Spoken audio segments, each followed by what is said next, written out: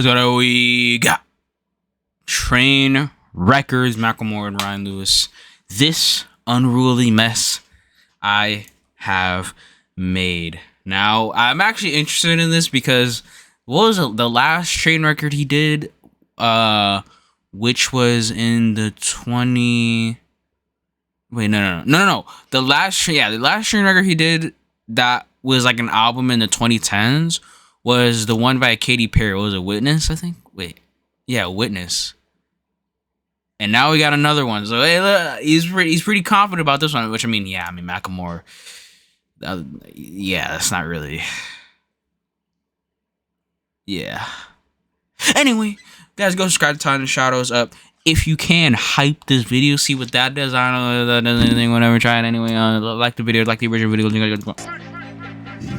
During the Drake-Kendrick Lamar beef, Drink some Mr. Pibb, hashtag ad. Mostly missed with every shot he took, but he did get in one decent jab. Ooh. Hey, Kendrick just opened his mouth. Someone go hand him a Grammy right now. Now, it is of course hypocritical for Drake to use Kendrick's Grammy wins against him, considering how badly Drake wants them himself. He's still angry at losing to Esperanza Spalding 15 years ago. Esperanza Spalding was getting out of praises. Who give a fuck? Michelle Obama put you on a playlist. But whether or not what? Wait, Drake, so he dissed her? Who the fuck? I'm not gonna even lie, bro. I have no idea who the fuck this is. She won over Justin Bieber, Drake, even Florence. Like, I know all these people except her. That's actually kind of crazy. Losing to Esperanza. Is she like an instrumental artist or something? Like, who the fuck is this? No idea who this is. But whether or not he's the right messenger, Drake grabbed onto something important here. On some level, it is shameful to win a Grammy. You should not want the approval of the people who give out these awards. True. And as proof of that, all we have to do is look back at the one Grammys where Kendrick's awards went to someone else. Make some noise for Kendrick Lamar! In 2014, Kendrick Lamar was maybe too new to the scene to be I wonder who won. Darling he would later become. But he was already the man to watch after the momentum of his debut album, the instant classic Good Kid, Mad City. He tore up the Grammy stage that night in a legendary performance that briefly made Imagine Dragons seem exactly as cool as he was, and he was nominated for a whole bunch of awards, including Best Rap Performance, Best Rap Song, Best Rap Album, and Best New Artist. All four of those he lost. 2. And the Grammy goes to Macklemore and Ryan Lewis.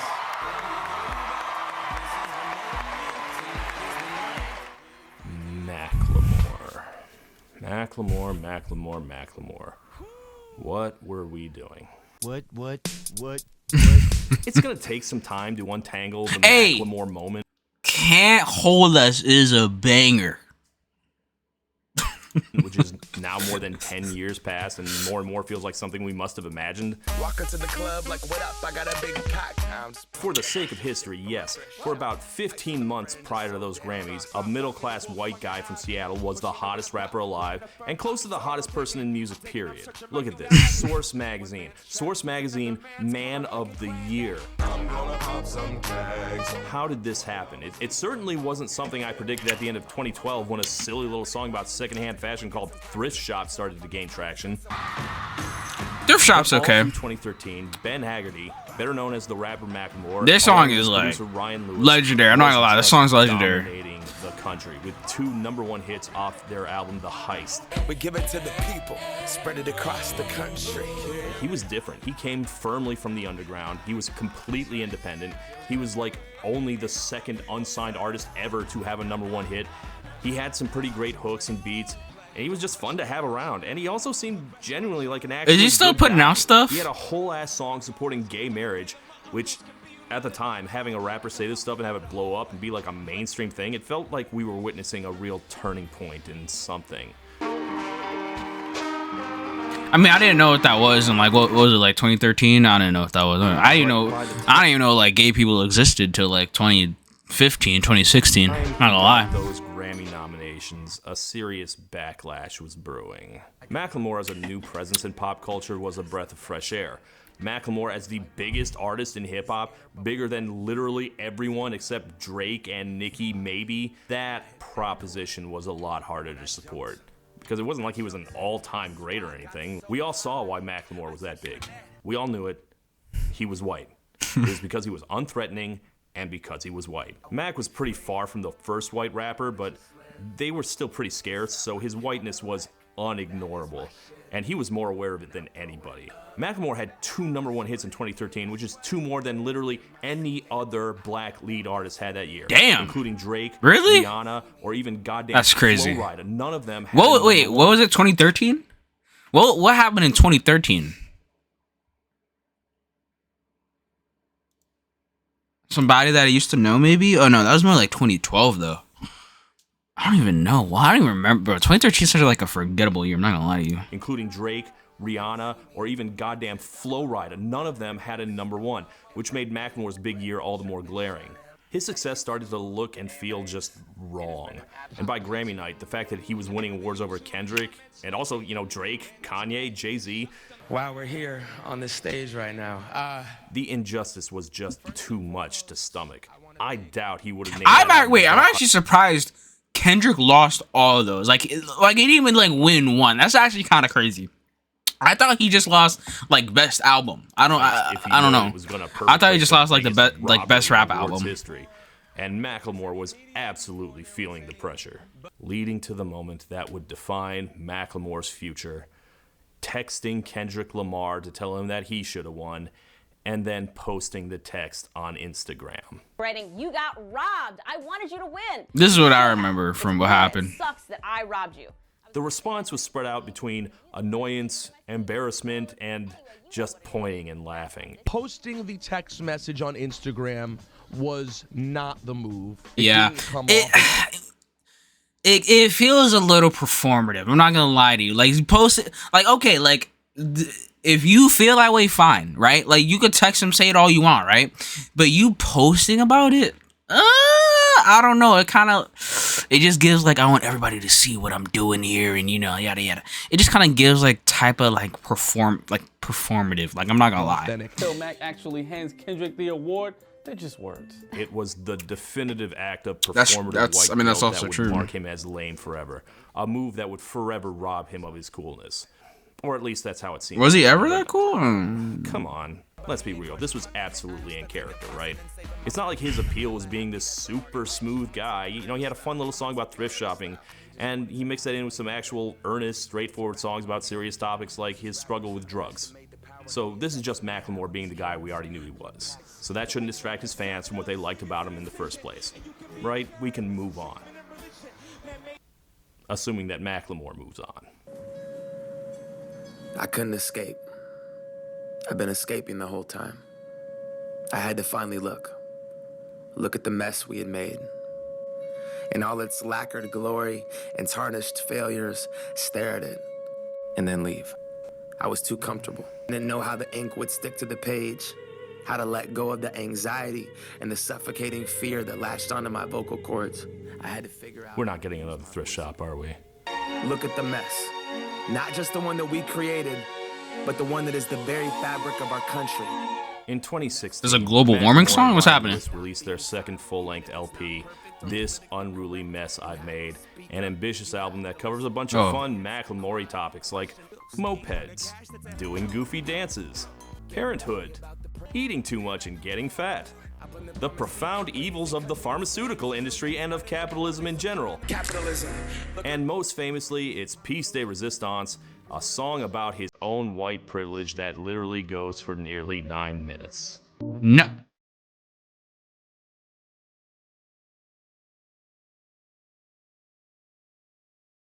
Arguably, this should have all been on brand, but no one seemed to know what the hell to do with it. Some critics liked it.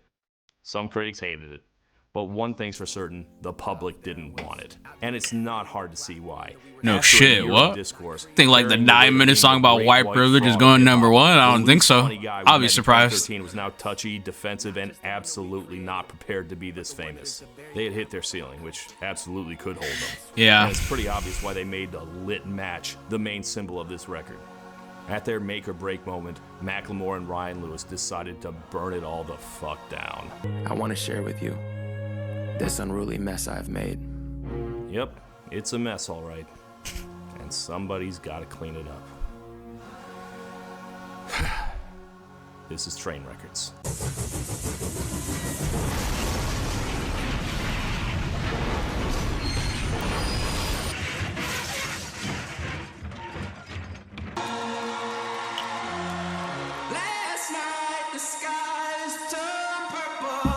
Macklemore and Ryan Lewis' second album, This Unruly Mess I Made, starts in the exact spot you want it to. The moment of truth, the scene of the crime. January 26, 2014, the 56th annual Grammy Awards. I should be grateful this is my 9 to 5. Walk into the green room, alright. This is the opening track, Light Tunnels, and it is about everything going through his head during the Grammys. The whole industry is staring at me. A roll away from Taylor, 2 away from J&B. And basically it confirms a lot of what we'd already guessed. He feels out of place. He does not consider himself a peer to anyone there. You know, stuff you and I had probably figured out already. But tragically, he does not actually address the elephant in the room, the thing that we all wanted to know. What were you thinking when you sent that text, man? Macklemore posted your text message to him. Yeah, I think it was uncalled for. I'm going to do a lot of defending of Macklemore in this episode, so get ready for that, but the one thing I can't is that fucking post. If he had just said that Kendrick deserves this in the speech, like normal, or if he even just sent that text privately, you know, whatever. That's what I said. Texting him privately and then posting it publicly, yeah. It felt so weird. Like, it was Yeah. hard to imagine yourself in Kendrick's place, being put on the spot by this awkward, try-hard white guy, and then watching him broadcast it to the world, like, you know, see, I'm cool, please like me. I'm not gonna lie, it really rubbed me Oh my god, not that This movie, looked bro. erotic in a way that I did not like. Yes, the award was bullshit, but all awards are bullshit. Try and be a little chill. Now, of course, when I say I can't defend it, I mean I don't want to defend it. But obviously I can very easily. Even Kendrick himself did that. They don't take nothing away from him anyway because I know where his heart is at. He cool. He a cool dude. Because we all knew it wasn't his fault. The Grammys put him in a no-win situation. How was he supposed to handle it? The way he handled it was wrong, but was there a right way? Honestly, I can't say. I don't know either. And I'm finding people like genuinely angry at him, like not just embarrassed, but like offended. And it's reminding me that, like, Christ, 2014 was probably the worst time possible to win a Grammy. Feminist blogger criticized the singer, who is 16 years old, for singing racist lyrics. Oh no. What an awful moment in music. Just a peak year for absolutely terrible discourse. Some of it was right, some of it was wrong, all of it was absolutely exhausting. Jesus Christ. I think I spent several videos that year. Hey, well, I'm not gonna lie. Hey, I wasn't really there. I was barely even conscious. What was I like? I was like 7. Yeah, I was 7 years old. Yeah. About that bass was once I was 7 years old. Artists like Iggy Azalea and Macklemore that are charged with cultural appropriations. So what the fuck was that video? Wait, what? Go over the 3 the hell was that? And their controversies, so I can just get out all my feelings. It's straight up bullshit on my screen. But shit, it was 99 cents. Thrift shop. Okay. This one probably has the most substantial knock against it because there are points where Macklemore is in fact literally lecturing you about how stupid you are for wearing designer clothes. $50 for a t-shirt, that's just some ignorant bitch. Considering okay, but like, is anyone offended by that? It is all about conspicuous consumption. It looked a lot like a comfortable suburban white boy looking down on black people, and that. But like, okay, if how can you be offended by this, but then not be offended by like the dudes who are flexing on you? You know what I'm saying? Like, you can't be. I feel like you can't be either way. Understandably rub people the wrong way. I don't know. Now I've made like, I don't care that like Future's on this song telling me he has like 500K on his wrist and I don't have that. Like, I know I don't have that. You know, like, and I'm not gonna get mad at Macklemore for saying that I'm spending a lot on this T-shirt and he's spending less because I don't care. At the end of the day, it doesn't matter. Like, you know what I'm saying? Again. People, it's a joke song about right. shit-smelling used clothes. Right. He's literally wearing Batman footy pajamas in the video. That said, it's not like totally unserious, so I can't completely exonerate him here. It's in this weird zone where it's just serious enough to attract controversy without being substantial enough to really put up a defense of it. Still, is it really so terrible to say that materialism is overrated? Yes. I was in the Oh, no, third grade. no. I thought that I was gay, 'cause I could draw. My uncle It's not worked, so I terrible. kept my room straight. Of the 3 big hits from the heist, this one has aged the strangest. The big knock against it is the opening verse where he talks about how he thought he was gay once. She's like, Ben, you've loved girls since before pre-K. Tripping. Yeah, I guess she had a point, didn't she? To a lot of people, this sounded like Macklemore. I haven't heard this song, Sure that, and I'm kind of glad, actually. Doesn't mean he's gay himself. Most famously by The Lonely Island. I'm not gay, but if I were, I would marry who I like. It's not fair, I'm not gay, that the government has to say, and who can love who not gay or to which. You know, I love those guys, but I think that joke's really unfair if it's directed at Macklemore, because that's not what he's saying. And I've seen people have even harsher interpretations, like he's saying he understands the struggle because he thought he was gay for half a second when he was a kid. That would be offensive, but he's clearly not saying that either if you listen like one more line. He's saying straight people are stupid. Bunch of stereotypes all in my head. He's saying homophobes believe a lot of dumb things and are as dumb as he was as a 9-year-old. People also called it self-congratulatory, late to the party, not actually that brave to jump on the gay rights bandwagon by that point. And my defense of that is that, you know, if that's so true, where were all the other straight artists? Now, did I think he was saying no homo when I first heard it? Yes, obviously. It's not the most carefully composed song in history, and of his 3 hits, I definitely listened to it the least ever since, because, you know, it's not really a great song. It feels very of its moment. Once gay marriage was legal and the big LGBT struggles moved elsewhere, they didn't feel like there was a lot of use for it. A song about gay people that's by a straight person and directed at other straight people, kind of doubt it gets much play at the Pride parades. Yeah. Or I assume it doesn't, at least. I wouldn't know, because I'm not gay. Not gay. All right. Return to the Mac. Get on what it is. Legendary. Can't Hold Us, there was an actual Great song. discourse about that, or at least not specifically about that. The only discussion it generated was whether Macklemore was a good rapper and whether you liked his white boy ba-da-da type flow. And I'm eating at the beat like it gave a little speed to a great white shark on shark week. That's obviously just a taste thing, and my take I like it. is if you don't like this song, if it's too corny for you, you can't stand it, then you and I just don't have anything in common. I don't know what else to say about that. I've never heard music like this before. It speaks to me. But even though that got much less conversation, I think that criticism was actually the most serious. This is the most replayable song, like, out of, like, any of his songs. Like, Because, I feel like... Fun fact, and this is true, all those rap Grammys they won, Best Rap Song, Best Rap Performance, they were actually disqualified from receiving them. This is true.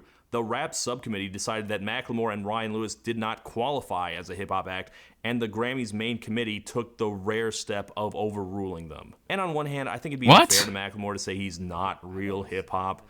On the other hand, it is true that his audience is not necessarily one that listens to a lot of rap. This is probably why there was no point after the nominations were announced that he looked comfortable at all. Crazy to look back on all of this now, right? Talking about it makes me feel like I'm going insane. Like the worst thing going on at the time was a white guy trying to be an ally too hard. For all the criticism, Macklemore, for being cringy and performative. I wish that was the worst thing happening nowadays. I mean, the cringy performative thing that Macklemore was doing was hating on Macklemore. I felt the same way as a lot of the criticism. So, you know, where does that leave us critics? But of course, hindsight is 20/20, so let's get back to Light Tunnels, which does not explain that text to Kendrick, but basically answers the question regardless. I forgot my belt in the hotel. Fuck, my team all scrambling to help. This sucks. What we hear is a story of a very uncomfortable man, alone, insecure and out of place, dealing with too much too soon.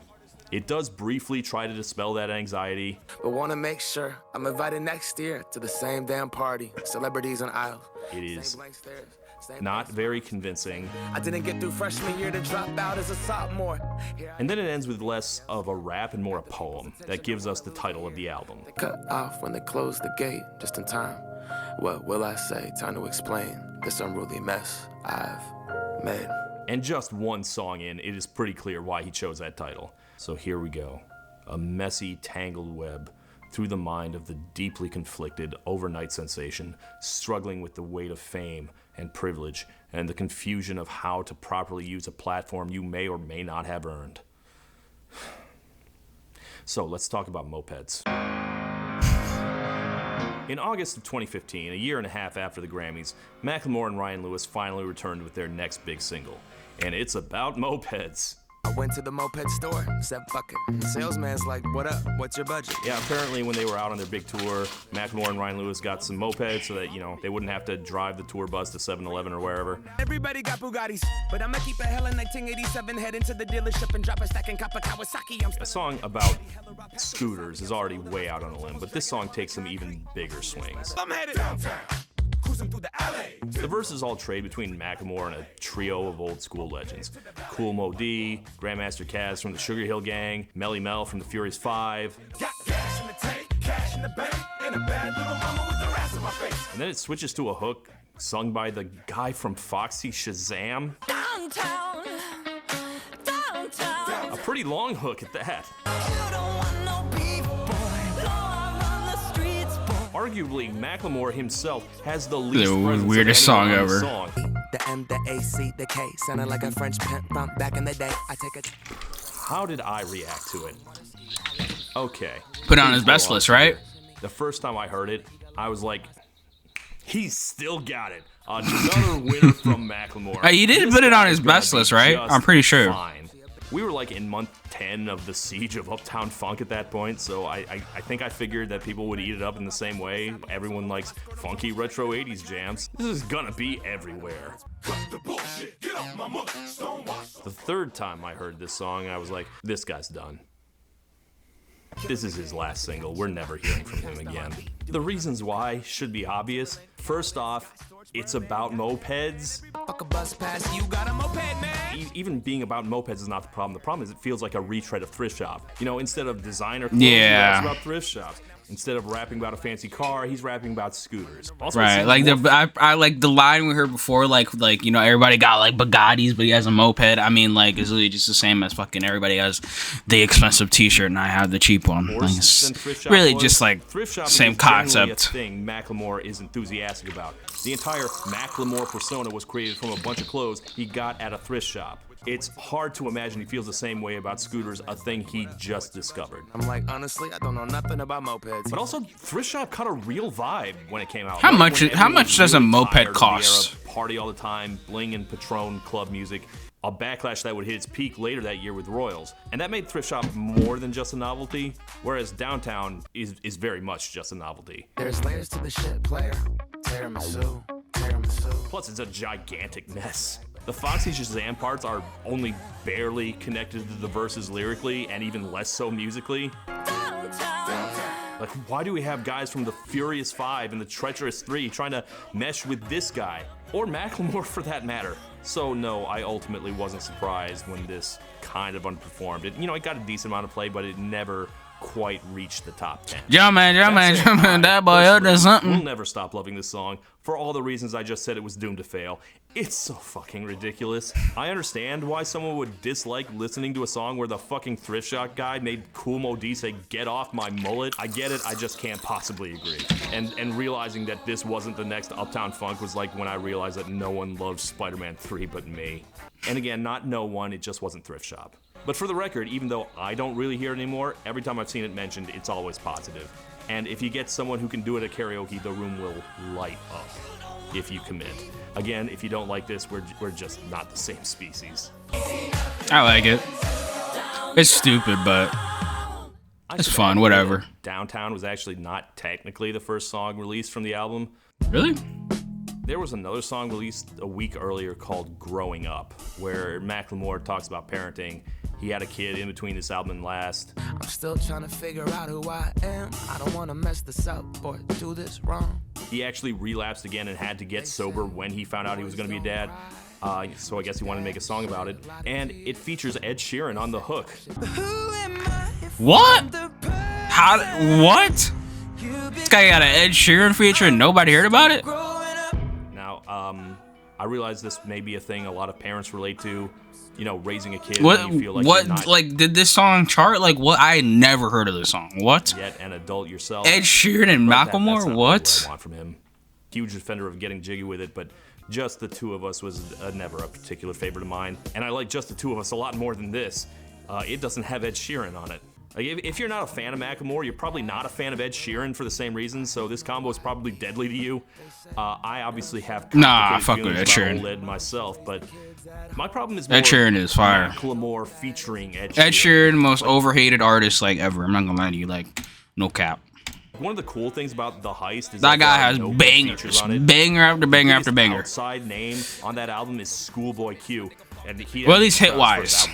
I don't know about his albums. I don't listen to Ed Sheeran albums. That they knew personally. Like, you see this guy? He was literally a software engineer when the song blew up, and I think is still one now. So Macklemore, you know, the guy whose whole thing is being an independent artist, him being big enough to work with Ed Sheeran now, it feels like we're losing something. I can see that, yeah. But anyway, those two songs were the only things we heard from Macklemore for a few months.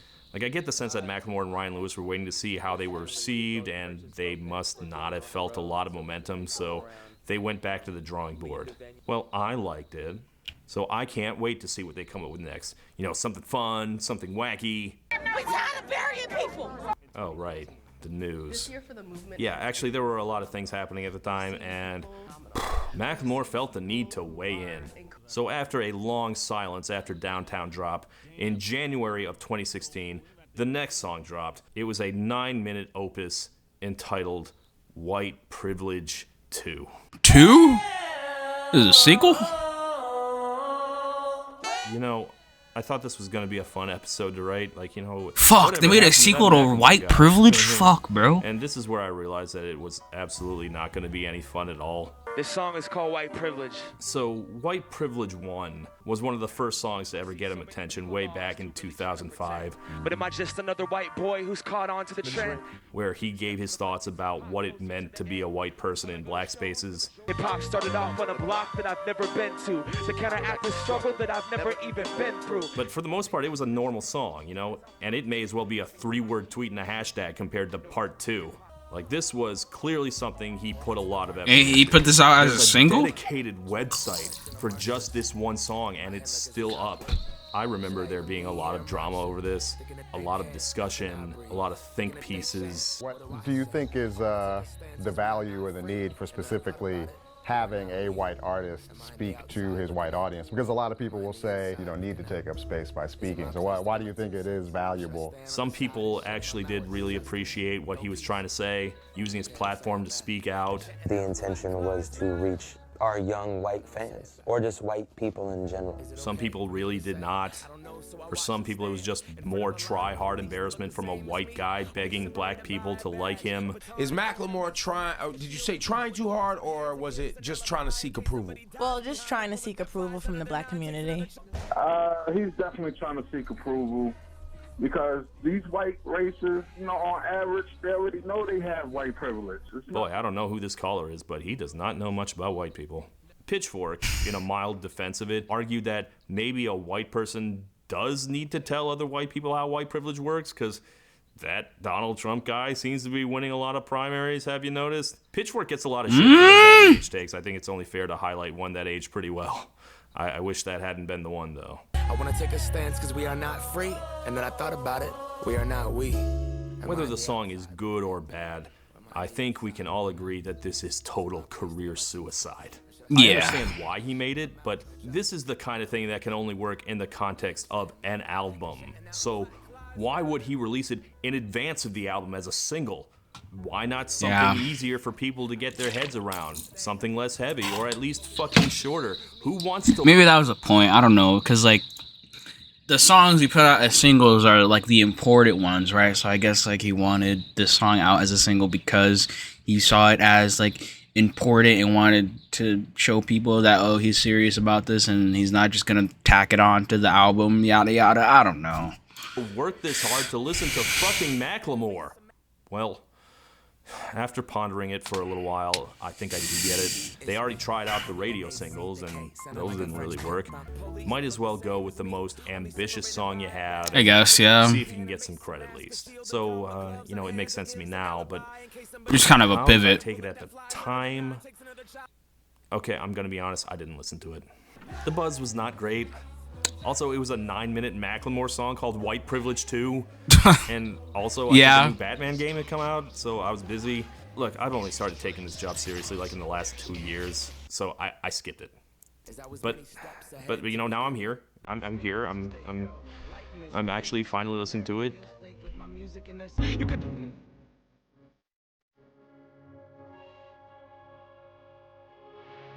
So, you know, first impression, it's my thoughts are that you know, I think I'm actually gonna skip this again. Sorry. We'll get back to it. I gotta build up to it. I'm sorry. Regardless, I don't One wrong move, Todd. Got the response they wanted there either. Reaction towards that song. I wouldn't use the word disappointment. I think that we knew the song was going to be very polarizing. Like, the early word was that the record would be released in 2015, but it wouldn't actually drop until late February the next year, and I think by that point, it was just because, you know, it's got to come out sometime. Let's just do it. But I would be remiss if I did not also mention the song that came out 2 weeks in advance of that, called Spoons. Wish that you were next to me. Two people that were meant to be under the sheets. I'm spooning you, you're spooning. Every time It's about how much he loves spooning with his wife. And she's like, can you undo my bra strap? I try to play it cool in my head. I'm like, This some little dicky stuff, bro. Tired. And I'm like, oh man, I was about to crush the coochie like a tall can. Yeah. This only wound up as a bonus track, but I felt the need to include it in this video because Macklemore needs to be pelted with rocks for this. Oh my god. Me and you, let's get lost in these bed sheets. At the very least, press my D against your left cheek. See, this is why I defend Macklemore so hard, because, you know, you save your ammo for when you really need it. Oh my god. My boo-boo thing. My boo-boo thing. She get too comfortable. Bathroom door open when she boo-boo. Did you just call taking a shit boo-booing? Is she 5? Are you 5? Stuck completely numb in my left arm. Her knees are bony. I need my homies. And that sounds weird, but I need my homies. What? He needs his Feel those little prickly hairs that you miss shaving your legs. Why do you need your homies? What homies? What? I thought you were with your wife, bro. Cutesy and What? This guy lost his mind. What the fuck? What is this song, bro? Like, maybe we should all go stand in front of him and, like, simultaneously vomit so that he knows what he did. Anyway, the actual album. After Light Tunnels and Downtown, you get a song called Brad Pitt's Downtown! But the premise is that he's talking himself up by lying about being Brad Pitt's ugly cousin. Brad Pitt, that's my cousin. Angelina, show me love. Brad Pitt, that's my cousin. I mean, it's bad luck for him that Angelina divorced Brad Pitt literally just 6 months later. Oh, damn. And, you know, now Brad's kids don't talk to him, so I don't think he's doing this song anymore in concert. Every white dude in America went to the barber shop. Give me the Macklemore haircut. No, that is not true. That did not happen.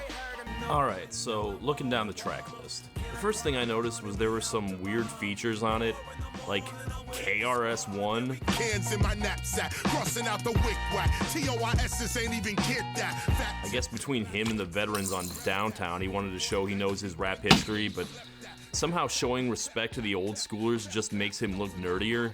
But it's not just old guys, he has some current artists, like YG.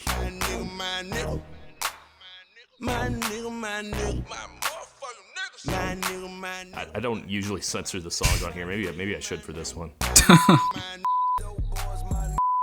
I don't know, maybe that's doing too much. I don't know. I mean, like, Macklemore never said he was opposed to the street rap or, like, DJ Mustard stuff. Very much the opposite, in fact. Still, I didn't think one of them would actually want to collab with Macklemore. Seriously, YG? YG? Anyway, this song is called Bolo Tie. It's about how exhausted Macklemore is with the bullshit of fame. Questioning the purchase while I'm standing there. Questioning the purpose of my rap career. Typical post-success material. I think everyone writes one of these on the same album. Pretty standard. That said, this is the only time he dares to fire back and call his haters jealous. Keeping my name in your mouth, just don't bite your tongue while you chew it. Focusing on what I'm giving back. Man, make better music. And that line, All I right. think, might be a shot at Macklemore's harshest critic, Drake. Drake hated Macklemore's apology to Kendrick. He called it whack, phony, ungracious, and that you shouldn't go around feeling guilty just for having mass appeal. Yeah, Drake would say that. In hindsight, he was just jealous of Macklemore's Grammy. He was pretty red-assed about it for a little bit. Real talent doesn't always win championships, like real music doesn't always win Grammys, but we're okay. But Drake had a specific point about Macklemore feeling unworthy of the award. Full quote from Drizzy. You won. Why are you posting your text message? Just chill. Take your W. And if you feel you didn't deserve it, go get better. Make better music. So using that same line... Kind of a valid criticism. Focusing on what I'm giving back. Man, make better music. I choose to believe that's a subliminal at Drake for being a jealous little bitch. I mean, it's probably not. Macklemore's not that kind of guy. But he already had a much better diss by apologizing to Kendrick and not him, which Drake was also very angry about. And who knows, that might have been the falling domino that led to Drake's self-destruction. And YG is blasting his critics too, but... Judging me off my past. You don't see what I'm doing? When I got shot, that was headline news. Y'all use me for views, I ain't stupid. Yeah, I don't think you guys are talking about the same things here. So it's a weird fit. There is a remix of YG's Fuck Donald Trump with him on it that I didn't know about, so I guess they're closer than I realized, but that one's a weird fit too. Looking down the track list, Bro, I see what? it does have There is a remix of the song Fuck Donald Trump with Macklemore on it. Does actually fit his Sure, vibe. bro. That artist, Chance the Rapper. Yeah, obviously he had his own rise and fall coming up on him also for a lot of the same reasons. Hey, Trainwreckers Big Day? That's probably coming soon. The song is boring. It's your typical post-fame, wow, celebrities way harder. That'd than be pretty I thought obvious, kind of too. song. But I will say that The this Big does Day have Macklemore blaming for a his train turnout wrecker? on, Yeah. quote, capitalism. I think about my work, I only think about my come up. Capitalism. You and me both, brother. And also I want to point out, this is a wild way to start a verse. Cry when she smile with her eyes closed. I'm already afraid of tight clothes. I want all of her best friends to be white folks. I promise I will do my video on him someday. Anyway, when the album dropped, there were actually 2 new singles from it, neither of which charted. Unfortunately, it was far too late to undo the damage, and neither of them really strike me as like hits anyway, but keeping it real, they are the best songs on the album by a lot. 21 years old, an angel was lost here. Once I was 7 years old. One of them is called Kevin. It's a tribute to a friend who OD'd and died on bad prescriptions. But me, I don't blame Kev. Always mind free basing while pregnant with them. Well, I don't know. You can blame his mom for that a little. Institutions are dead, and with their lives, we play Russian roulette. I would say this is probably the best song on the album. It's very touching, and it's the one where he actually sounds righteous again. You know, as far as Macklemore breaking down complex topics for suburban kids, this is really one of his best. Politicians in business in jail, public defenders and judges who fail. And, you know, I've had family members die the same way, so I think this is really powerful, and I really enjoy his anger here. From a pill that a doctor prescribed, that a drug $1 billion industry supplied, that the cops never go and profile at night. Yeah, good shit. Fuck Big Pharma, fuck the Sacklers, fuck those fucking Jardians commercials I have to watch all the goddamn time. If you really wanted to make the case for Macklemore after 2013, this would be where you started.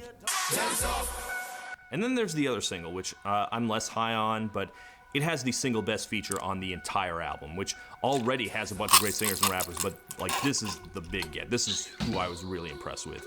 The legendary rapper slash singer slash DJ slash actor, multi-award winner, beloved by all. Ladies and gentlemen, I give you Idris Elba. I challenge you to a dance-off. What? Hands off, no trash talk, no backwalk. Idris Elba is maybe the best thing on this entire record. No catcalls, no tag teams, no mascots. If anyone ever covers Thriller, by God, get this man to be your Vincent Price.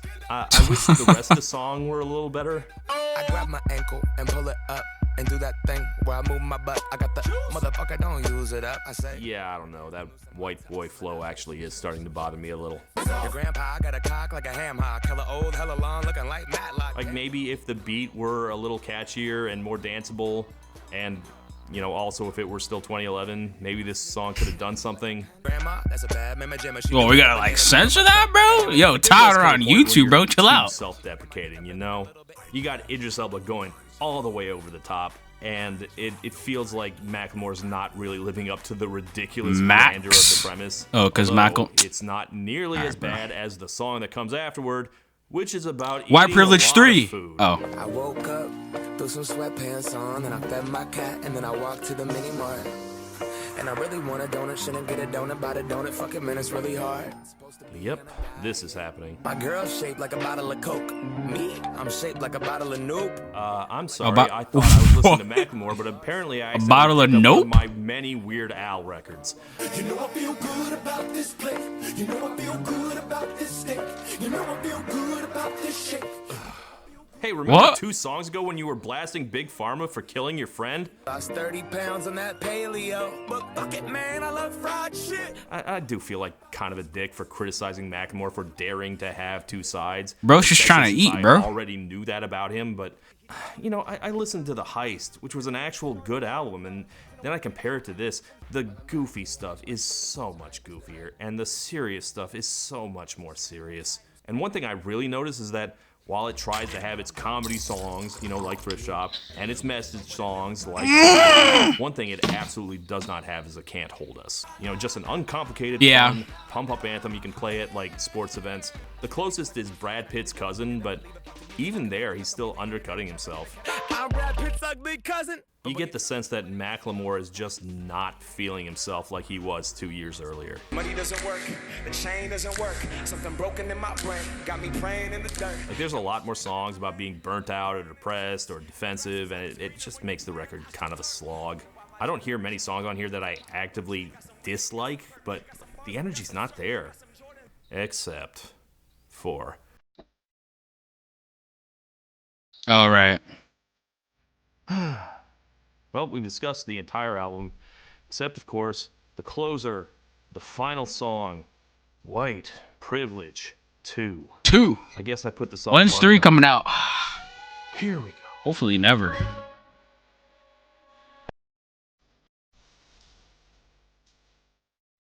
You ever notice he starts off all his songs like, I walked in, and or like, I woke up, like he's a screenwriter. Every song begins, Macklemore enters stage right. I'm stalling again. I'm sorry. Let me start over. So the first part of this is about, you know, his doubts as a white person interacting with Black Lives Matter. Is it my place to get my 2 cents? Or should I stand on the side and shut my mouth? And you know, I certainly get that. I have had like the same internal questions about, you know, when, where, and why I should speak up, or if I'm actually helping anything, or if I'm just jerking myself off. So yeah, I absolutely get that. And I have no doubt it comes from an honest place. But, you know, the spooning song was honest too. That didn't mean anyone needed to hear it. My take on this stuff is, you know, say the thing or don't. No one needs to hear you dithering about it. Just make your decision and do it. Repeating yeah, true. Yeah, maybe that won't really do anything. But blathering about your indecision definitely won't help anything. That's my first reaction. We're already off to a bad start. He starts to go off about the police a little at the end, but then it's drowned out by the voices of his own critics screaming at him. What are you doing here? Shit! There you go again. It's the Grammys. The music, the moment, the magic, the passion, the fashion you toy. The second part is Macklemore's feelings about his own cultural appropriation. The culture was never yours to make better. Your Miley, your Elvis, your Iggy Azalea. It's kind of hard to get through. Feels more like he's throwing himself a pity party. And your brand of hip-hop is so fascist and backwards that Grandmaster Flash will go slapping you bastard all the money that you... He thinks I'm a fascist? I don't control the railways or the flow of commerce? This is, again, nothing I really want to hear. Although it was funny that Iggy Azalea got mad about it.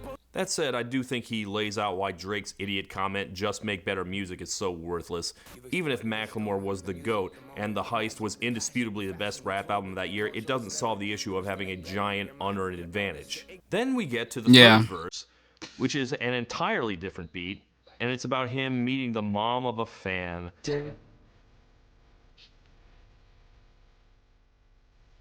And her telling him how great his music is, you know, and how much it means to the family. The aunt is gay. And it all sounds nice, but there's that creeping sense of dread where you wait for the other shoe to drop.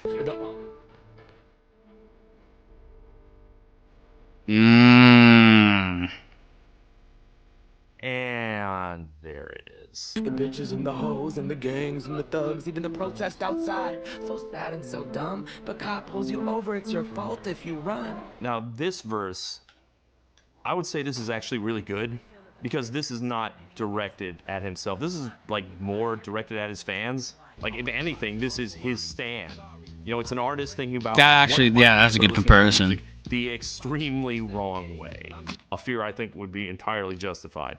So this I will give him. I think it's pretty impressive that this guy who's like a walking love is love yard sign, I think it's impressive of him to go out and actually confront and maybe even alienate his own fans. That I do think is to his credit.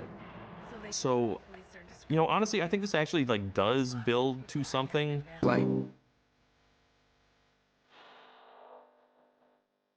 Like Macklemore in the final verse says that, you know, he does have to speak out, and it's on all of us to speak out. So maybe the first verse is justifiable to get us to the last one, where you could say he's speaking to any white person who has the same doubts he does, and he's telling them, you know, just say the damn thing.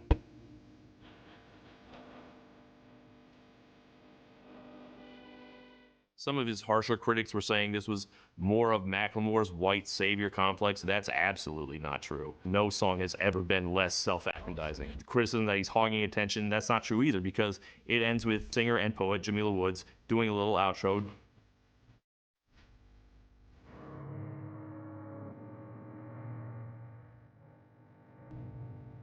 So, you know, he is literally passing the mic.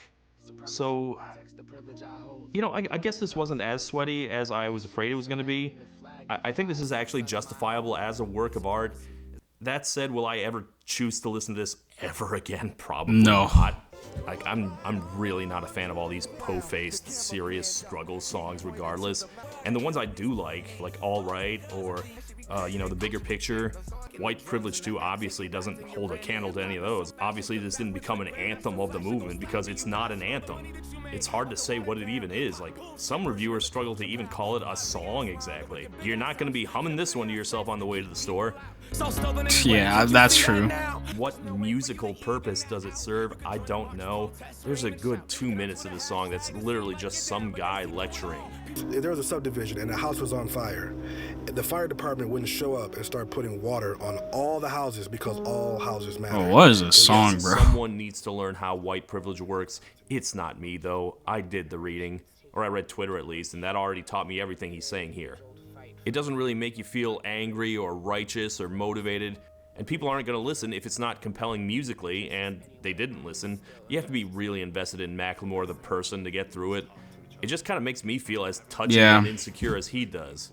But hey, he told you what he was giving you. And I guess it is useful just for being an unvarnished portrait of Ben Haggerty's fractured psyche at that moment. Like, he told you what he was giving you. An unruly mess. And he delivered. I said what I needed to say. The album did nothing. When it dropped, Macklemore did an interview with the New York that makes Times, sense. and when asked about the lukewarm numbers so far, he was like, you know, maybe it's for the best that this album not do very well. From other artists, I'd call that cope, but Macklemore... Did he ever have like another big song? I checked out what the charts looked like when Downtown hit. Like, further down there, you can see the actual pop rapper of the moment, Drake, who was always more comfortable in the starring role. And you can see J. Cole, who probably has something like the career and the reputation Macklemore would have wanted for himself. But you can also see the rapper whose career he definitely didn't want. Ooh. I mean, what did I say before? I literally, like, that Spoon song was literally Lil Dicky. Lil Dicky had his first charting single that year, and the premise was basically the same as the one from Thrift Shop. But Lil Dicky always had his eye on becoming huge, and he was willing to do anything to get it, even if his actual talent didn't warrant it.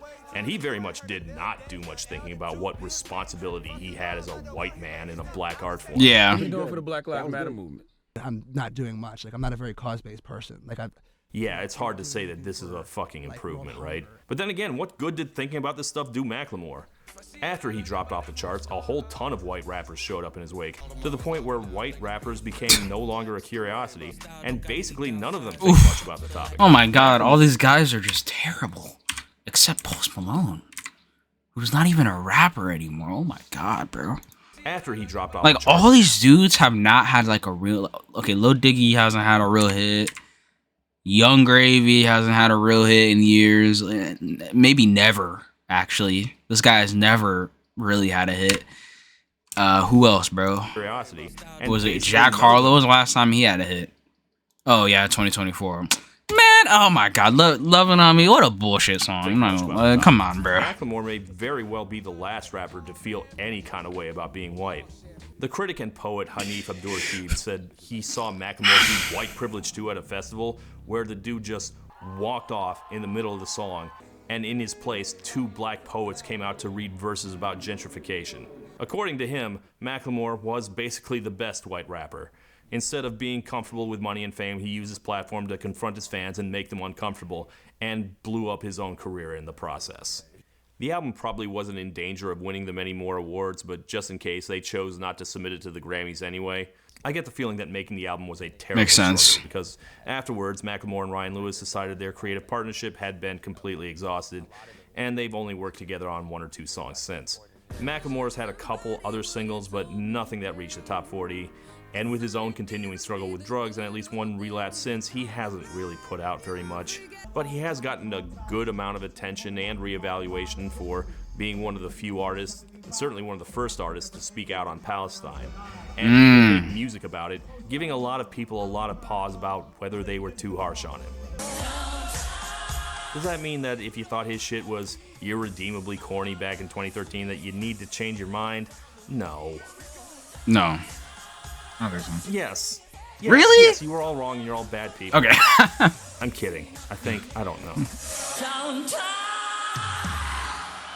Downtown! Well, that was absolutely no fun at all. But the thing is, you know, we've already spent so much time thinking about this, so it probably doesn't hurt to do a little more once we've got some distance from it. For example, Nebula. Here's another thing people have spent a lot of time dissecting way too much, and yet probably also deserves Police body cam videos. South Park. Oh. Is it still a brilliant satire that takes down both sides? Or did it create a generation of lazy idiots and casual racists that led us directly to our current moment of crisis?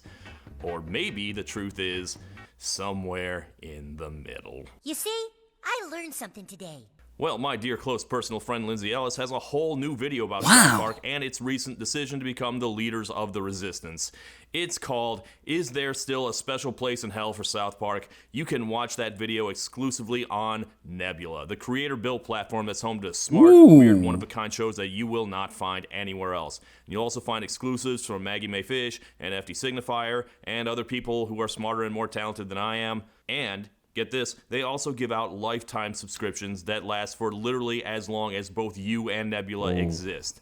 Now, usually it's $500, but if you use my code, you'll get it for only $300, so, you know, a 40% discount. Or if you just want to do the yearly subscription, you can get a full 50% off that too using my code. So that'd only be $30 a year or $2.50 a month. That's a great deal. That's crazy. There's no ads, there's no algorithm, just high quality stuff made by great non-slop artists and video makers. So if you want to watch more Lindsay, use my link to get 50% off. And again, that's just $30 a year or $2.50 a month. Click the link, scan the QR code, and start watching now. Thank you and good night. Wow. What a great video. Oh my god. Alright. Pretty good, honestly. I'm not gonna lie. I will not be giving that album a listen. Look, what do I think of Macklemore? Look, he's corny, but at the end of the day, I think he's probably a net positive compared to a lot of other artists that we've platformed over the years. Do I think he should be a voice of a generation? No. But I think at the end of the day, what he has done in his career, I feel like it's more of a positive than a negative.